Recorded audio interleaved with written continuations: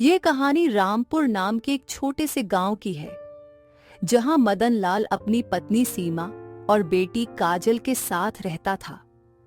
मदन लाल का गांव में बहुत सम्मान था।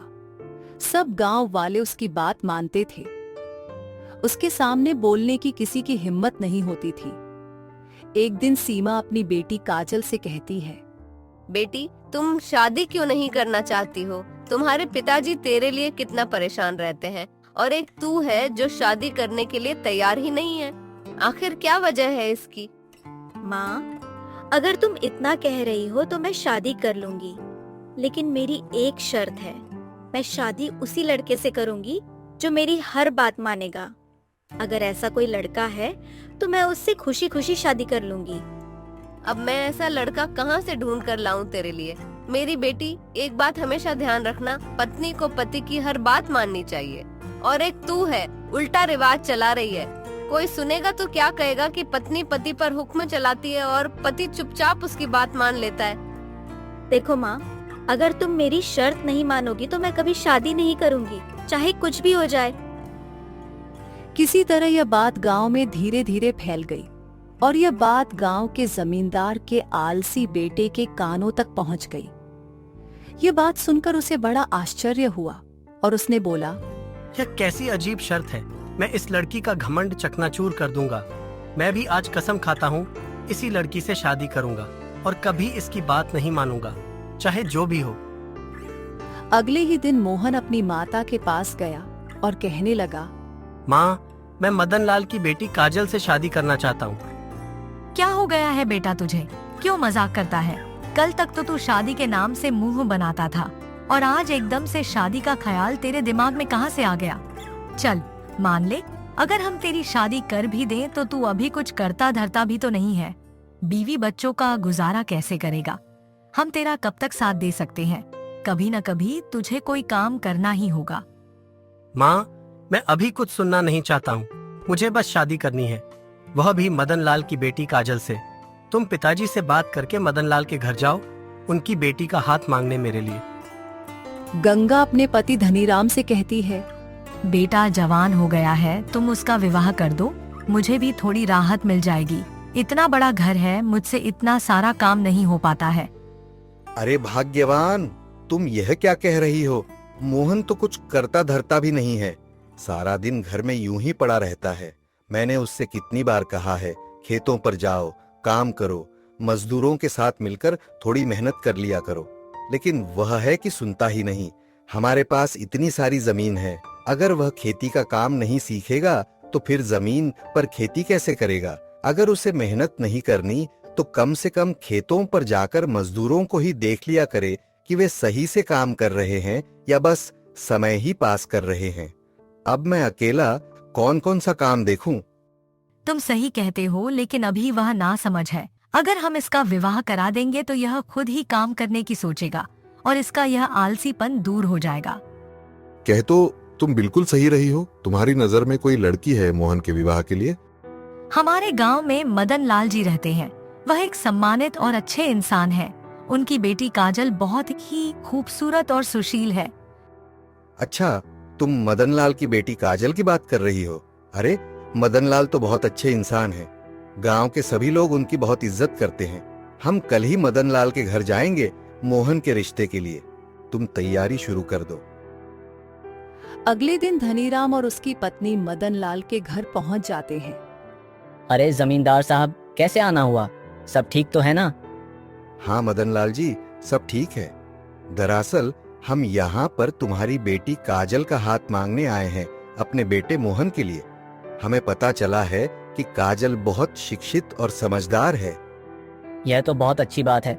आपने बिल्कुल सही किया जमींदार साहब। इससे हमारी दोस्ती रिश्तेदारी में बदल जाएगी। कुछ ही दिनों में काजल और मोहन का विवाह हो जाता है। शादी के 2-4 दिन बाद मोहन काजल से कहता है, तूने अपनी माँ से कहा था ना कि तू उस लड़के से शादी करेगी जो तेरी हर बात मानेगा, लेकिन मैं कभी भी तेरी कोई बात नहीं मानूंगा।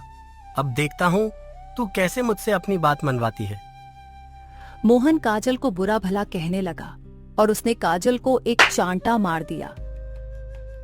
मैं आपकी पत्नी हूँ और आपसे यह आशा करती हूँ कि आप मुझे पूरा सम्मान दें। हमारे रिश्ते की मजबूती और खुशहाली के लिए यह बहुत जरूरी है कि आप मेरे प्रति आदर और समझदारी का रवैया अपनाएं। यह न केवल हमारे रिश्ते को बेहतर बनाएगा बल्कि हमें एक मजबूत और खुशहाल जोड़ी भी बनाएगा। फिर भी अगर आप मेरे साथ मारपीट करना ही चाहते हैं तो मैं आपको यह अधिकार तब दूंगी जब आप मेहनत करके पैसे कमा कर लाओगे। अभी तो आप अपने पिता के धन पर ऐश कर रहे हो। तुम्हें क्या लगता है मैं पैसे नहीं कमा सकता?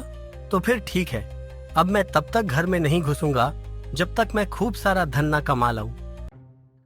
मोहन अपनी पत्नी से यह बात गुस्से में कह तो देता है, लेकिन बाद में वह सोचने लगता है, अरे मैंने तो अपनी जीवन में कोई काम ही नहीं किया है।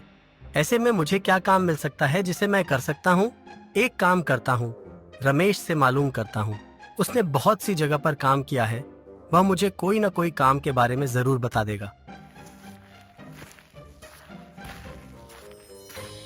मोहन रमेश के घर पहुंच जाता है और रमेश से कहता है, रमेश, तुमने बहुत सी जगह पर काम किया है, मुझे भी कोई काम करना है। तुम्हारी नजर में कोई काम हो मेरे लिए तो मुझे बताओ। अरे मोहन, कैसी बात कर रहा है यार? तू इतने बड़े जमींदार का बेटा है, तुझे क्या जरूरत है काम करने की? अरे काम करने की जरूरत तो हम जैसे गरीब लोगों को है भाई। दरअसल रमेश, मैंने किसी से शर्त लगाई है। उसका मानना है कि मैं खुद की मेहनत से पैसे नहीं कमा सकता हूँ, इसलिए मैंने उससे कह दिया है कि मैं तुझे पैसे कमा के दिखाऊंगा। देखो भाई, हम तो मेहनत मजदूरी का काम करते हैं और मेहनत मजदूरी तुमने कभी की नहीं है, इसीलिए तुमसे हो नहीं पाएगा। तुम कोई और काम देख लो जिसमें मेहनत कम हो और पैसे ज्यादा मिल जाएं। इतना कहकर रमेश चला जाता है। मोहन को रमेश की बात पर बहुत गुस्सा आता है, लेकिन वह कर भी क्या सकता था, इसलिए चुप रहता है।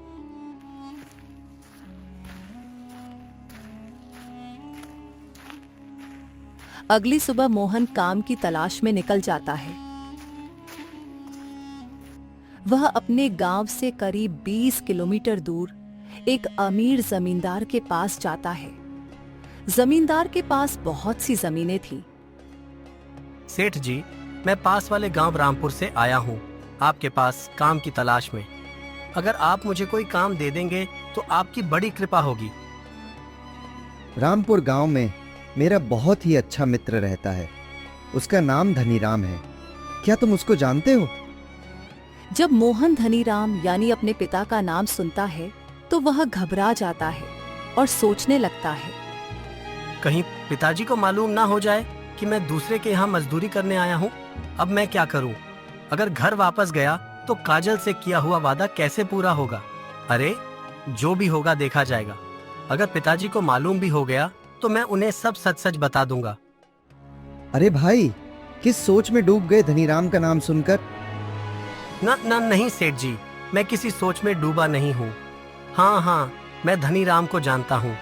बेचारे बहुत ही ईमानदार और नेक दिल इंसान हैं। अब तो तुम्हें काम देना ही पड़ेगा।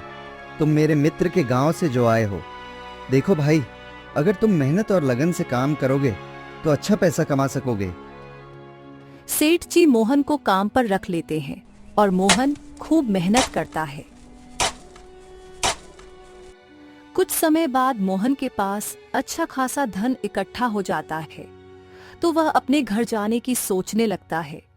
फिर वह सेठ जी से कहता है, सेठ जी, मैं सोच रहा था कि एक बार गांव जाकर अपने परिवार से मिल आता हूँ। तुमने बिल्कुल सही सोचा मोहन, अपने परिवार से मिलना भी जरूरी है। तुम कल अपने गांव निकल जाना और अपने घर वालों से मिलकर जल्दी वापस आना। अगली सुबह मोहन इकट्ठा किए हुए सारे पैसे लेकर अपने गांव की ओर निकल जाता है। रास्ते में उसे 2 ठग एक पेड़ के नीचे खाना खाते हुए मिलते हैं। वे मोहन से कहते हैं, अरे भाई, इतनी जल्दी में कहाँ जा रहे हो? आओ, हमारे साथ खाना खाओ। मोहन को बहुत तेज भूख लग रही होती है, इसलिए वह ठगों के कहने पर खाना खाने बैठ जाता है। फिर एक ठग मोहन से बोलता है, लगता है आप शहर से धन कमा कर लाए हो। हम दोनों भी शहर जा रहे हैं धन कमाने की तलाश में। सुनो, तुम्हें पता है इस रास्ते पर बहुत सारे लुटेरे और ठग रहते हैं। तुम अपना धन सावधान होकर ले जाना। लेकिन मैंने तो सुना था कि यह रास्ता सुरक्षित है, इस रास्ते पर लुटेरे नहीं मिलते। अरे भाई, अब तो हर जगह लुटेरे और ठग मिल जाते हैं। अगर तुम अपने पैसे छुपा कर नहीं ले गए तो तुम्हारे लिए मुसीबत हो जाएगी। सुनो, हम भले और ईमानदार आदमी हैं, बिल्कुल तुम्हारी तरह। हम दोनों तुम्हारे धन की सुरक्षा कर सकते हैं, अगर तुम चाहो तो। बाकी देखो भाई, आगे तुम्हारी मर्जी। ये तुम क्या कह रहे हो? मुझे तो कुछ भी समझ में नहीं आ रहा है। तुम्हें अपना धन क्यों दूं? मैं तो सही से तुम्हें जानता भी नहीं हूँ। अरे भाई, इसमें नाराज होने की क्या बात है? तुम्हारा धन है, दो या मत दो। हम तो बस तुम्हें ठगों से आगाह कर रहे थे। मोहन सोचता है, देखने में तो यह दोनों ईमानदार लगते हैं। अगर इन्हें मेरा धन लेना ही होता तो यह मुझसे जबरदस्ती छीन भी सकते थे, लेकिन इन्होंने ऐसा कुछ नहीं किया। मुझे इनकी बात मान लेनी चाहिए। देखो भैया, मैं तुम्हें अपना धन तो नहीं दे सकता। हाँ, एक काम कर सकता हूँ। अगर तुम मेरे साथ मेरे गांव तक चलोगे तो मैं तुम्हें थोड़े बहुत पैसे दे दूंगा। इस तरह मेरे धन की सुरक्षा भी हो जाएगी और तुम दोनों की कमाई भी हो जाएगी। ठीक है, हम कुछ देर बाद चलेंगे, तब तक थोड़ा आराम कर लेते हैं। तीनों पेड़ के नीचे बैठकर आराम करने लगते हैं। कुछ ही देर में मोहन को नींद आ जाती है। दोनों ठग मोहन का सारा धन चुरा कर ले जाते हैं।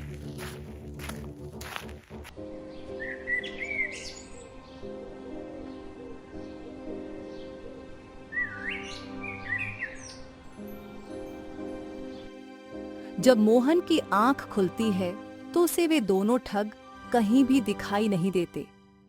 वह हड़बड़ाकर अपना धन देखता है तो उसे धन भी नहीं मिलता।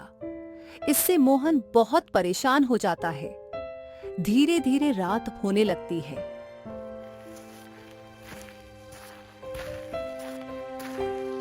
मोहन को दूर उजाला दिखाई देता है। वह एक बुढ़िया का घर था। मोहन ने बुढ़िया से कहा, मैं शहर से धन कमा कर लाया था। रास्ते में मुझे दो आदमियों ने ठग लिया। मैं बहुत थका हुआ हूँ। क्या आप मुझे अपने घर में ठहरने के लिए थोड़ी सी जगह दे सकती हैं? बुढ़िया बहुत ही नेक दिल की औरत थी। उसकी कोई औलाद नहीं थी। उसने मोहन को अपने घर में रुकने की आज्ञा दे दी। ठीक है बेटा, तुम रुक जाओ। बुढ़िया एक छोटी सी चाय की दुकान चलाती थी, जिससे वह अपना गुजर बसर करती थी। मोहन ने बुढ़िया की दुकान में काम करना शुरू कर दिया। कुछ ही समय में मोहन ने अच्छे पैसे कमा लिए और एक दिन मोहन ने सोचा, अब मेरे पास खूब पैसे हो गए और घर से निकले हुए भी बहुत दिन हो गए। अब मुझे घर चलना चाहिए। इस बार बहुत ही सावधानी से जाऊंगा और उसके बाद काजल पर रोब दिखाऊंगा। मोहन ने बुढ़िया से घर जाने की इजाजत मांगी और फिर अपने घर की ओर चल दिया। घर पहुंचकर मोहन ने सारा धन जो उसने कमाया था काजल को दे दिया और फिर बोला, तुमने कहा था ना, जब मैं अपनी मेहनत से धन कमा के लाऊंगा तभी तुम्हारे साथ मारपीट कर सकता हूँ। अब पीटने के लिए तैयार हो जाओ। देखो, मैं तुम्हारे साथ मारपीट करना नहीं चाहता, लेकिन मुझे तुम्हारा घमंड तोड़ना है, इसलिए मुझे तुम्हारे साथ मारपीट करनी होगी। स्त्री को पीटना बहुत बड़ा पाप है। मैं तुम्हारी जीवन साथी हूँ। हम दोनों ने एक दूसरे के साथ जीवन बिताने की कसम खाई है। मैं तुम्हारा हर मुश्किल समय में साथ दूंगी। अगर फिर भी तुम मुझे पीटना ही चाहते हो तो घर के अंदर मारपीट करने का कोई फायदा नहीं है, क्योंकि यह किसी को पता भी नहीं चलेगा कि मोहन ने अपनी पत्नी को पीटा है। गांव वालों को भी पता तो चलना चाहिए कि तुम इतना सारा धन कमा कर लाए हो, इसीलिए अपनी पत्नी को पीटना चाहते हो। आज आराम कर लो, तुम बहुत दूर से चलकर आए हो ना। कल सुबह सारे गांव वालों को बुलाकर मुझे उनके सामने पीटना। मोहन अपनी पत्नी काजल की बात मान लेता है। अगली सुबह वह सभी गांव वालों को इकट्ठा करता है। जैसे ही मोहन अपनी पत्नी को पीटने के लिए आगे बढ़ता है, उतने में ही मोहन के पिता धनीराम वहां आ जाते हैं। नालायक, यह क्या कर रहा है? एक स्त्री पर हाथ उठा रहा है। क्या तूने इसे शादी पीटने के लिए की थी? जानता भी है, जिस दिन से तू गया है उस दिन से एक दिन भी यह चैन से नहीं सोई है। हर वक्त तेरी याद में रोती रहती है, और एक तू है जो इस मासूम को पीटने के लिए तैयार है। गांव वालों के सामने मोहन शर्मिंदा हो जाता है। उसके दिल से काजल के लिए नफरत मिट गई थी। उसे अपनी गलती का एहसास हो गया था। वह काजल से माफी मांगने लगता है, यहाँ तक कि उसके पैरों में गिर जाता है। उसके बाद काजल उसे उठाती है और बोलती है, तुम्हारी जगह मेरे पैरों में नहीं बल्कि मेरे दिल में है। उसके बाद मोहन और काजल दोनों खुशी खुशी रहने लगते हैं।